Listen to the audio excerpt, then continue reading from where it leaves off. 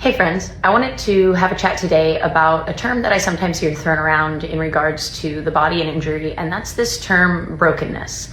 When we look at kind of systemic reviews of literature and we look at injury rates, osteoarthritis, things like that, herniated discs, even in asymptomatic populations, when we look at these mass imaging studies, we see that a great percentage of the population has asymptomatic tissue damage somewhere in the body, be that meniscus tears, herniated discs, osteoarthritis, you name it.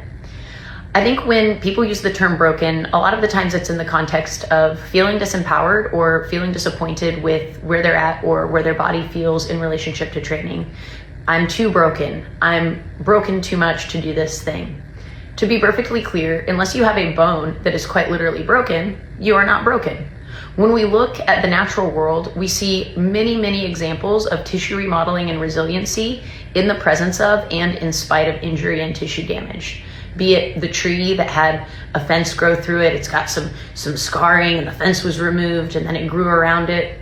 And be it the deer that's clearly had some type of damage, been attacked by some type of coyote and has a flap of skin hanging off, but is still resilient and still going about its business. Most of the natural world models resiliency in the presence of injury and in the presence of tissue damage, and humans are no different. I think in many ways our objectification of the human body and in the way that we think about ourselves in some ways as objects rather than as living things when we kind of are relating to the health and fitness space. I think we think about ourselves as inanimate objects that get broken and stay broken unless there's some type of kind of magical repair process that happens. That's not really how biology works. Tissue is remodeling all of the time. Our cells are turning energy over all of the time.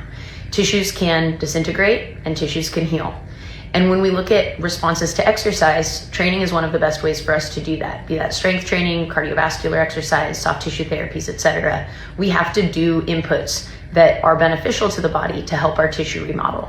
Simply resting, simply doing nothing does not create a positive state of tissue remodeling. It creates a natural state of disintegration.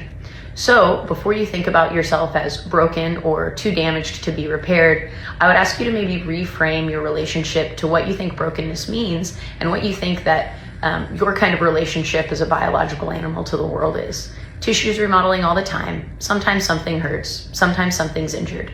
There's always something that can be done. And there's always something else that can be trained. And there's always positive work to do.